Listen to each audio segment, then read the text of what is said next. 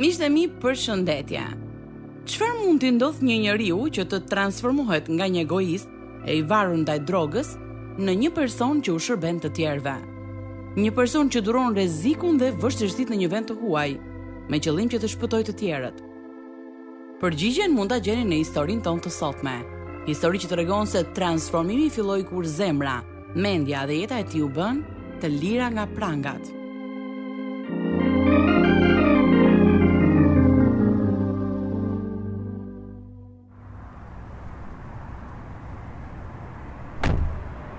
Zotri, pash që makina juaj kishte ndaluar.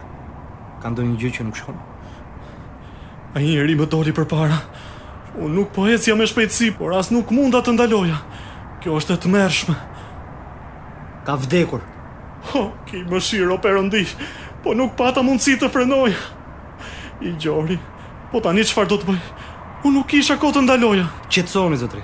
Kështu nuk fitoni gjë, ishte aksident. Po sigurisht që ishte aksident. Po çfarë ndodh më pas? Policia do të vi për pak çaste. Ata do t'ju fusin në burg. Po nuk ishte fahim, ai më doli përpara. Zotri, ju do të mbani si dyshuar derisa të provohet pafajësia juaj. Po fëmijët e mi. Me ju janë fëmijët? Po, do t'i çojnë në shtëpi policia? Jo. Ata do ta konfiskojnë makinën tuaj dhe do t'i lënë këtu fëmijët. Do t'i lënë vetëm në mes të autostradës? Në një vend të huaj? Kjo është e tmerrshme. E po këtu jemi në Meksik. Po ndihni të lirë nga prangat, radiodramatizimin e historive të vërteta njerëzore. Këto histori janë prodhuar në Chicago nga Pacific Garden Mission dhe vinë për ju në gjuhën shqipe nga Radio 7 në Tiranë.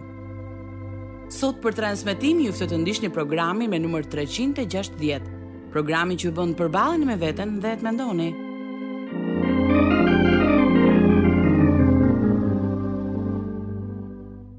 Sa shpejt po ecni, zotri? 35-40 km/h. Ashtu? Jo shumë shpejt. Por kjo I shkaktoi vdekjen këtij njeriu. Unë isha nisur për në kish për shërbesën e mbrëmjes. Po burri që ju shtypët në trotuar po ecni? Jo, krejt papritur ai doli nga pjesa e errët e rrugës dhe kaloi pikërisht para meje. E kuptoj. Çfarë do të ndodh me fëmijët e mi nëse ju më merrni në burg? Ata kanë vetëm 5 ditë që kanë ardhur në këtë vend dhe nuk dinë se si të kthehen në shtëpi. Gjithashtu rrugët janë të mbushura plot me ujë. Në burg mund të telefononi gruan që të vi dhe t'i marrë ata. Por ne nuk kemi telefon atje ku jetojmë. Dhe kjo është e vetmja makinë që kemi. Nëse më lejoni zotri, mund t'i çoj unë fëmijët tuaj në shtëpi. Shumë faleminderit. Ju lutem, a mund t'i tregoni ti me shoqe se çfarë më ka ndodhur? Sigurisht që po zotri. Ne nuk e bëjmë këtë në vendin tonë. Por duke qenë se jeni ju huaj, do të përpiqemi t'ju ndihmojmë. Nëse doni rrugës për në burg, mund të ndalojmë te kisha juaj dhe atje mund t'i kërkoni dikujt që t'ju ndihmojë. Shumë faleminderit. Do t'ju isha mjaft mirënjohës. Tani duhet ju dërgojmë në burg, zotri.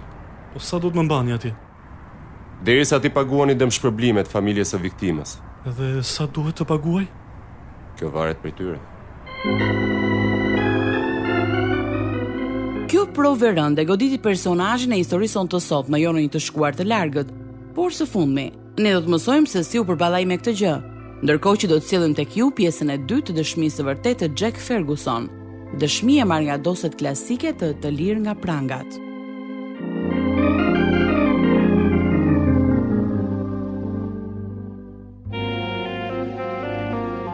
Do pyesni ju se si përfundova unë në Meksik. Rruga që më solli këtu filloi në një periferi të Chicagos. Unë u largova nga qyteti pasi mbarova gjimnazin duke shkuar në Florida, ku qëndrova 2 vjet në burg dhe u riktheva 6 vjet më vonë. Kur u ktheva në shtëpi isha një njeri krejt ndryshe. Në burg I kisha dhënë jetën Krishtit dhe doja t'ja nisja nga e para. Kështu që gjeta një kish që mësonte Biblën, dola të fitoja shpirtra për Zotin dhe u përfshiva në një shërbes ku I jepja autobusit. Ne jemi një bashkësi e vogël, po që po rritet shumë shpejt. Kjo fal përpjekjeve të drejtuesit tuaj të autobusit. Këtë mëngjes duam të nderojmë fituesin e konkursit të vizitorëve. Atë që solli 83 të ftuar në kish. Jack Ferguson. Atë pranverë të vitit 1988, unë shkova në një konferencë me pastor ku Perëndia më thirri për të shërbyer. Mbrëmjen tjetër në një banket njoha ungjilltarin që kishte sponsorizuar evenimentin. Ti ke një dëshmi të fortë, Jack. Njerëzit u prekën dhe reaguan kur e dëgjuan. E po të gjitha vuajtjet ja kanë vlejtur nëse njerëzit shpëtohen. Mbase ishte e gjitha pjesë e planit të Perëndisë. Do të pëlqente të bëhesh e pjesë e shërbesës tonë dhe të udhëtoje me ne këtë verë. Do të ke mundësi për të ungjillizuar? Po, ne organizojmë çdo natë shërbesa ku ju bëjmë thirrje njerëzve të shpëtohen. Atëherë është një mundësi e mirë. Kjo do të ishte eksperienca jote e parë në lidhje me ungjillizimin. Do të kemi edhe punë për të bërë. Do të trokasim në dyert e njerëzve ditën dhe do t'i ftojmë ata të vinë në takime. Ha, Jack, si thua? Nëse ky është vullneti i Zotit, atëherë do të vi. Në fund të muajit qershor fillova të udhëtoja me të. Plani ishte vetëm për verën, por qëndrova gati 3 vjet. Përveç ungjillizimit, përgjegjësitë të tjera që kisha ishin të predikoja në rrugë, të drejtoja adoleshentët, të ngisja autobusin dhe ta rregulloja. Shpesh ndaja dëshminë time. Unë e dogja fotografinë time të vitit të parë të gjimnazit sepse urreja veten. Do thoni ju pse? Sepse ju shisja drog shokëve të klasës që të kisha mundësinë ta pija edhe vet. Doja të isha i lirë, dhe nuk e dija që Jezusi ofron lirinë e vërtet. A i tha, do ta njihni të vërtetën, dhe e vërteta do t'ju bëj të lirë. E vërteta është që unë isha egoist, dhe një i alkoolizuar, një i dërguar dhe i marrë që i urrente të krishterët. Por Perëndia vazhdonte të më tërhiqte vëmendjen. Disa herë shkova në qendrat e shpëtimit dhe atje dëgjova ungjillin. Por zemra ime nuk ishte gati. Jezusi tha, njerëzit deshën errësirën më tepër se dritën, sepse veprat e tyre ishin të mbrapshta. Pra, Perëndia lejoi më shumë dhimbje në jetën time. Pësova një aksident me motociklet ku gati sa nuk humba jetën. Por Zoti kishte bërë të mundur që aty të ndodhe një ambulancë ku ndihmës mjekët më shpëtuan jetën. Perëndia e kurseu jetën time. Por, a e falenderova atë? Jo. Kështu ai lejoi më shumë dhimbje për të më afruar më pranë tij. Një natë u dea dhe më arrestuan për përdhunim. Këtë shkakton mëkati. Humbjen e lirisë. Qëndrova 1 vit në burg dhe më pas 1 vit tjetër i lirë me kusht. Por Perëndia është besnik. Ai dërgoi një besimtar në burg, i cili më foli në të njëjtën mënyrë që unë po ju flas. Ai tha, sepse paga e mëkatit është vdekja, por dhurata e Perëndisë është jeta e përjetshme nëpërmjet Krishtit Jezus, Zotit ton. Dhe unë i kërkova Krishtit të më shpëtonte. Miqtë mi, nëse Perëndia mundi të shpëtonte një të paskrupull si unë, atëherë mund të shpëtoj gjithëkënd. Ai do ta ndryshojë jetën tuaj. Bibla thot, sepse Perëndia nuk e dërgoi birin e vet në botë që ta gjykojë botën, por që bota të shpëtohet me anë të tij. Takimi shkoi shumë mirë, Jack. U shpëtuan më shumë se 20 shpirtra. Tani do të merret pastori me ta, duke i dishepullizuar. Kjo është thelbësore. Ai më ofroi të shërbeja si drejtuesi të rinjve. Kudo që shkojmë, njerëzit përpiqen të largojnë nga kjo shërbesë. Sidoqoftë, unë kam menduar të kthehem vëlla. Tani që gjërat po shkojnë kaq mirë, Po kam mësuar shumë në lidhje me ungjillizimin. Por mendoj se Zoti po më thërret që të kthehem. ke qenë një ndihmë shumë e madhe për punën e tij në këtë shërbesë. Por ti duhet të ndjekësh vullnetin e tij. Unë u ktheva në shtëpi në vjeshtën e vitit 1990 dhe shkova në kishën ku shkoja dikur. Prej andej mora fugonin për në Pacific Garden Mission në Chicago dhe disa nga burrat e misionit i çova në Prospect Heights në shërbesën e së dielës në mëngjes. Një shok më inkurajoi të filloja shkollën biblike, por unë vazhdova të shkoja në kishë. Jack, kam dëgjuar që në shkollë po mësonin mbi ungjillizimin me spanjishtfolësit. Ashtu është, pastor. Perëndia i ka folur zemrës time gjatë shërbesës së udhëtimit me autobus, që kjo ishte puna e jetës time. Që të ndash ungjillin me spanjishtfolësit? Po, zotri, nuk e di rrjedhshëm gjuhën. Në fakt, mendoj se instruktori më ka vënë thjesht një notë kaluese. Dhe do të vazhdosh? Për sa kohë që mund të ndaj ungjillin, po. Në një copë letër kam shkruar planin e shpëtimit në spanjisht. Dhe këtë copë letër e marr me vete kur dal në ungjillizim. Atëre, a do të pëlqente të drejtoje një kishë me të rinj që flasin spanjisht? Është një kishë që kemi ndërmend të ngrem. Por unë nuk e flas mirë gjuhën. Mund të marrim një përkthyes. Nëse është kështu, atëherë jam gati. Perëndia e bekoi shërbesën tonë që u rrit aq shumë sa u nda në kishë për fëmijë dhe në kishë për të rinj. me më shumë se 100 pjesëmarrës spanjisht folës. Gjatë asaj kohe njoha Glorian, një vajzë të bukur meksikane. Ajo nuk fliste anglisht, dhe spanjishtja ime linte për të dëshiruar. Por e kuptonte atë që unë përpiqesha t'i thosha. Flet spanjisht? Jo mirë. Nuk të kuptoj shumë. E ndjen Jezusin? Ke dëgjuar për të? Po, ai vdiq në kryq. Ashtu është. Ai vdiq në kryq. Por e di që vdiq për ty? Për mua? Po, për ty. Për të gjithë. Sepse Perëndia e deshi aq botën sa dha birin e tij të vetëm lindurin, që kushdo që beson në të mos humbas, por të ketë jetën e përjetshme.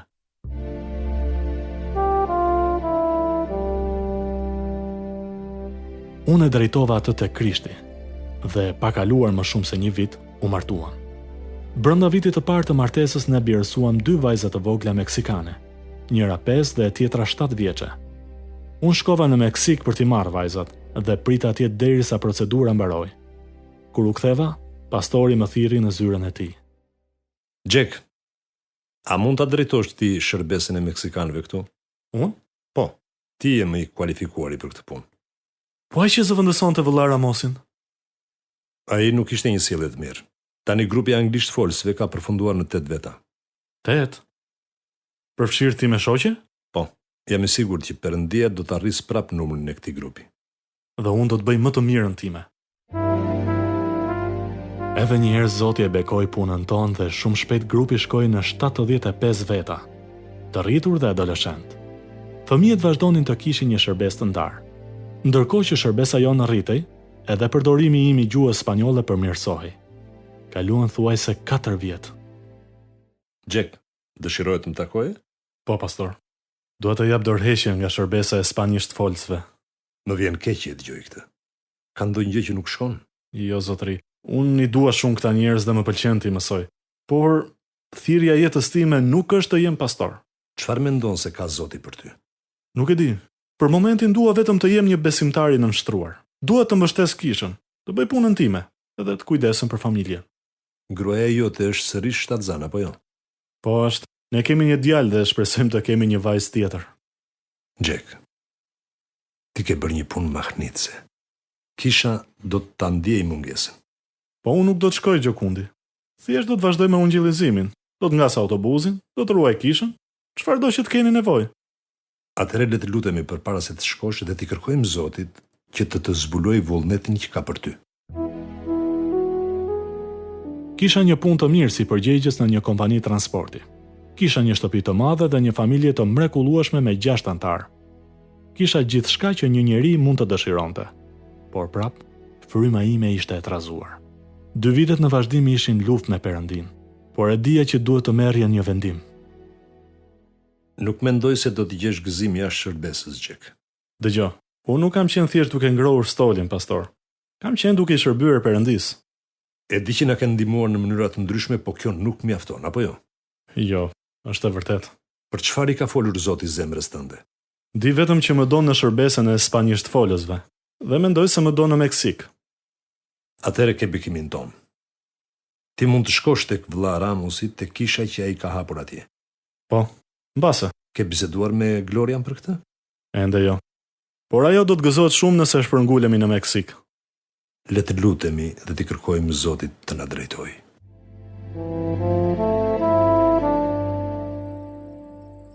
I janë shtrirë të gjithë fëmijët për të fjetur?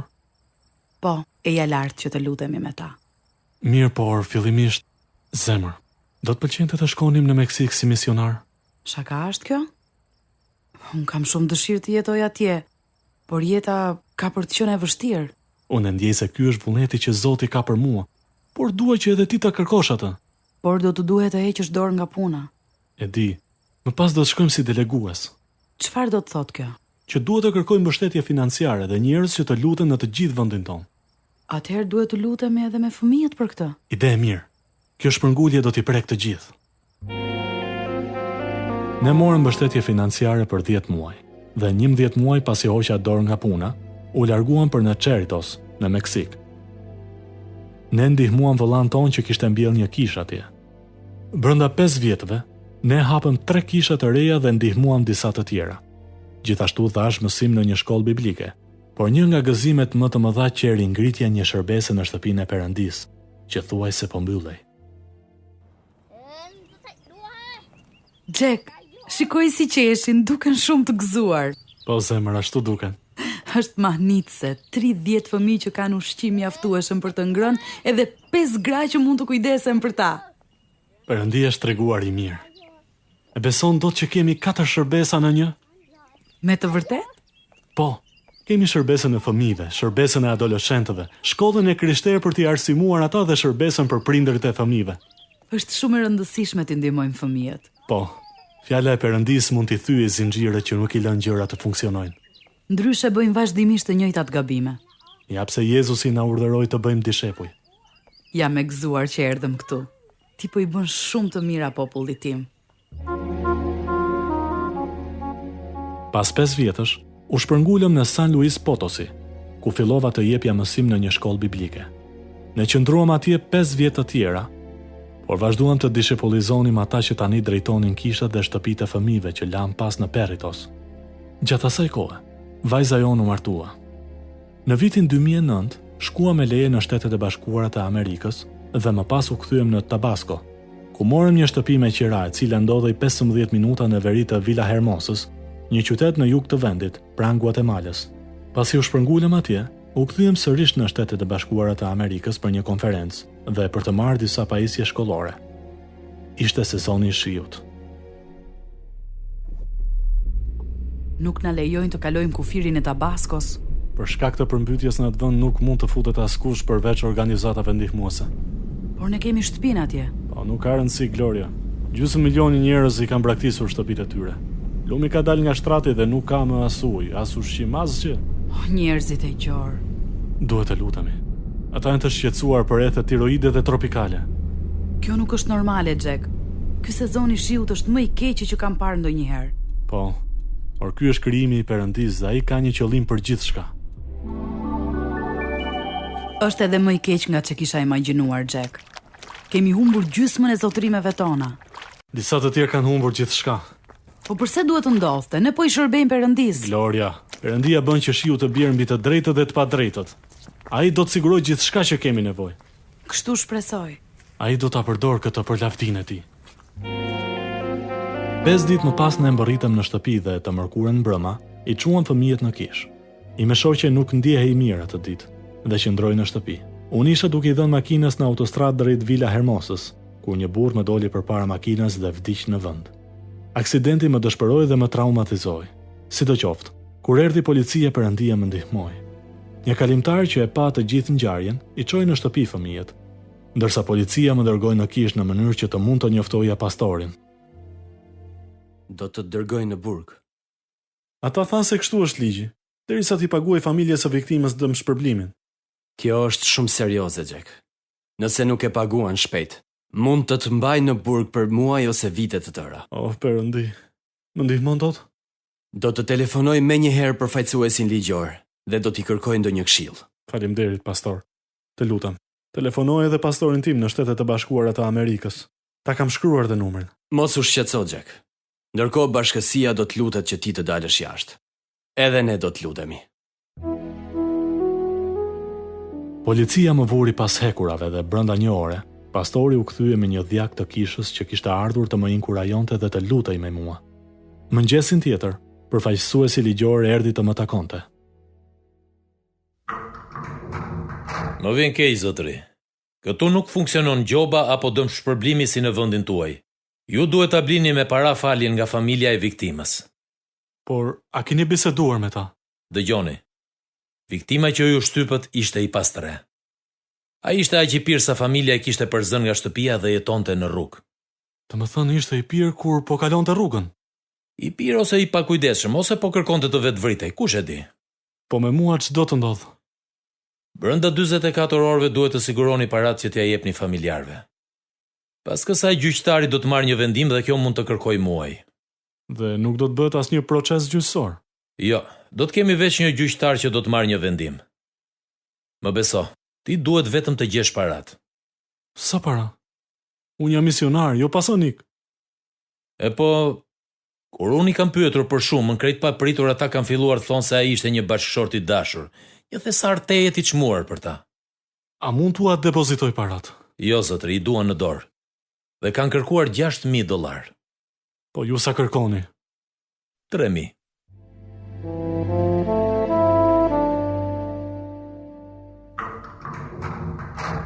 Të kam bler ushqime dhe një batanie, Jack. Faleminderit zemër. Shpresoj të më nxjerrin shpejt prej këtej, por $9,000 janë shumë para. Po ti gjithnjë thua, për Perëndin çdo gjë është e mundur. Dhe ashtu është. Sidoqoftë, si janë fëmijët? Mirë janë. Të gjithë po lutemi për ty. Çfarë do të kishin bërë pa kishën? Pastori ka ardhur disa herë këtu. Jashtë burgut gjenden disa besimtarë që kanë ardhur për t'i treguar autoriteteve që nuk je vetëm, që ke mbështetës. Faleminderit Zotit. I kanë folur një të burgosuri për Jezusin, se si ai shpëton dhe sjell paqe. Sa mirë. Kur kam qenë duke i folur atij për Zotin, më kanë dëgjuar edhe 2 policë. Ti je gjithnjë i gatshëm për të predikuar. Pastori thotë se ka mundur të komunikoj me kishën tonë në Shtetet e Bashkuara të Amerikës, edhe do të dërgojnë disa para për mua. Jam shumë e shqetësuar, Jack. E di, burri që shtypa ka vdekur. Megjithse ishte aksident. Është pak e vështirë për t'u duruar, por Perëndia është besnik zemër. Ai e ka një arsye që e lejoi këtë. Këtu më kanë ndihmuar shumë besimtar. Trupi i Krishtit është madhështor, Gloria. Dhe po ashtu mënyra se si gjithë secili përgjigjet. Shumë e vërtet. Zoti na ka thënë ta duam njëri tjetrin, dhe ne tregojmë dashurinë me gjërat që bëjmë. Kisha lokale mlodhi parat për t'ia dhënë familjes së viktimës. Sapo firmosa të gjitha letrat e procedurës, policia më la të lirë. Kisha qëndruar 30 orë në burg. Pastori në Shtetet e Bashkuara të Amerikës më dërgoi para për t'u shlyer parat njerëzve, por ne kishim ende shumë borxhe.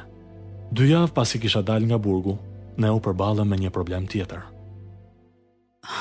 Jack, nuk do të mund t'i çoj dot fëmijët në shkollë. A do të më ndihmosh?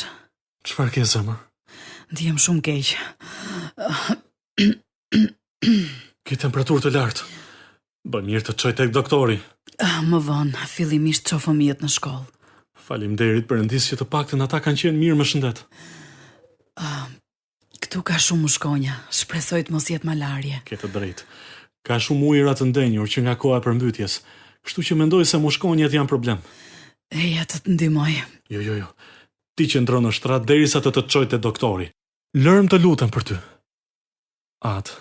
Unë e sjell gruan time tek ti, Zot. Ti e di çfarë nuk shkon dhe të lutem që të japësh paqe në mënyrë që të mos shqetësohet. Të lutem largoje temperaturën. I jepi urtësi doktorit që ta kurojë këtë sëmundje. Të falenderoj për bekimet e tua të shumta, Zot. Në emrin e Jezusit lutem. Amen. Gloria kishte ethe tropikale, një sëmundje virale që përhapej me anë të mushkonjeve dhe që miliona njerëz këtu e kanë. Por pavarësisht krizave, Perëndia ka qenë gjithnjë me ne. Dhe përmes krizave, Perëndia hapi një derë për të shërbyer. Zoti Ferguson, kam ardhur të shoh si po ja kalon. Faleminderit. Dhe të lutem, më thri Jack. Më vjen mirë që të lanë të lirë. Edhe mua. Mezi pres që të rinis punën e Zotit. Në fakt unë për këtë kam ardhur. Doja të pyesja nëse mund të na ndihmosh me një grup të vogël besimtarësh. Ku mblidheni për t'u takuar? Në një fshat të vogël, rreth 30 minuta larg nga këtu. Por si mund të ndihmoj, vllauze? Do të donim të mbaje një shërbes nëse ke kohë. Unë kam gjithmonë kohë për të ndarë fjalën e Perëndis. Ne nuk jemi shumë të organizuar, zoti Çek. Mund t'ju ndihmoj edhe me këtë, nëse doni. Sa veta jeni në grup? Po ti numërojmë edhe foshnjat e sapo lindura bashkë me fëmijët të shkojmë tek 40 veta. Sepse kudo që 2 a 3 janë bashkuar në emrin tim, unë jam në mes tyre. Amen. Ata mblidheshin në një fshat të vogël që ndodhej 45 minuta në veri të Vila Hermosës, në një nga zonat më të varfra. Ndërtesa e kishës ishte e përbërë nga shkopinj dhe drunj të vjetër, me mure dhe çati të shkatruara. Pa mundësi ajrosjeje, por të paktën nuk bënte asnjëherë ftohtë. Ne i ndihmuam ata të organizonin dhe të printonin një logo të besimit të tyre. Ata më votuan si pastor. Nuk është e lehtë të predikosh ndërkohë që mushkonjat të pickojnë, por Perëndia është i mirë. Shpesh, Ndërkohë që shikoja fytyrat e turmës, mendoja për burrin që shtypa me makinë dhe lutesha që të gjithë ata që më dëgjonin të vinin tek Jezusi sa ishin ende në kohë. Ne kishim shumë vendas që merrnin vendimin për të ndjekur Krishtin, dhe brenda pak muajve, ai e ka rritur numrin e grupit në 100 veta. Vëlla Jack, ky djalosh dëshiron të marrë pjesë në studimet biblike. Shumë mirë. Ne takohemi 2 herë në javë mbrëmjeve. Edhe grupi i të rinjve mblidhet të shtunave, kështu që shpresoj të vish edhe atje. Këto mushkonjat. Ai mund të dalë me mua në ungjillizim. Unë për vete kështu mësova të ndaj ungjillin. Kushdo që beson në të, nuk do të turpërohet. Disa nga ne dalin çdo ditë, me qira fjala, mushkonjat janë shumë të këqija. Kam dëshirë që muajin e ardhshëm të bëjmë një konferencë për misionarët. Ju mund të sillni disa nga njerëzit që janë trajnuar në vende të tjera ku ne kemi qenë, dhe t'ju japi mundësinë që të na tregojnë se çfarë po bën Perëndia me ta. Jack, Perëndia po bën një punë madhështore këtu. Njësoj si në kishën e hershme. Haleluja. E gjithë lavdia i takon Jezus Krishtit, vetëm atij. Kisha jone thjesht mblidhet 5 herë në javë, përfshirë studimet biblike që bëhen 2 herë në javë dhe takimet e lutjes 1 herë në javë. Unë gjeta një cop tokë në veri të Vila Hermosës për shkollën tonë biblike, dhe besoj që Perëndia do të na e sigurojë një ditë. Vazhdimisht më kërkojnë të predikoj në shërbesa dhe konferenca të tjera, dhe lavdia për këtë i takon Perëndisë. Ai ka bërë gjëra të mëdha.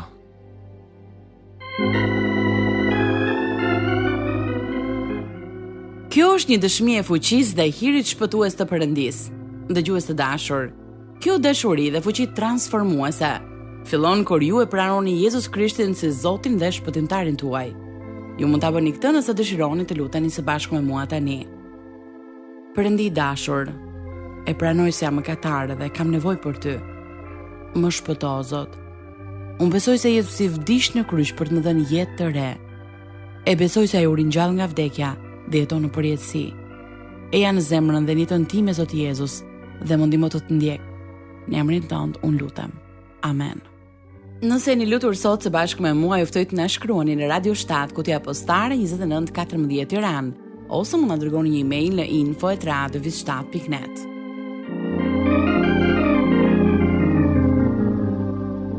Ndoqët programi me numër 360. Kjo ishte pjesa e dytë e historisë së vërtetë të Jack Ferguson. Të lirë nga pranga, të prodhuar nga Pacific Garden Mission dhe u soll për ju në gjuhën shqipe nga Radio 7 në Tiranë, për të treguar nëpërmjet historive të vërteta se nëse jeta juaj është bosh, ajo mund të mbushet derisa të derdhet. Do të ishte kënaqësi të dëgjonim se si ka ndikuar këtë program në jetën tuaj. Ndaj mos harroni të na shkruani. Deri herë në ardhshme bashkë, miru dëgjofshim.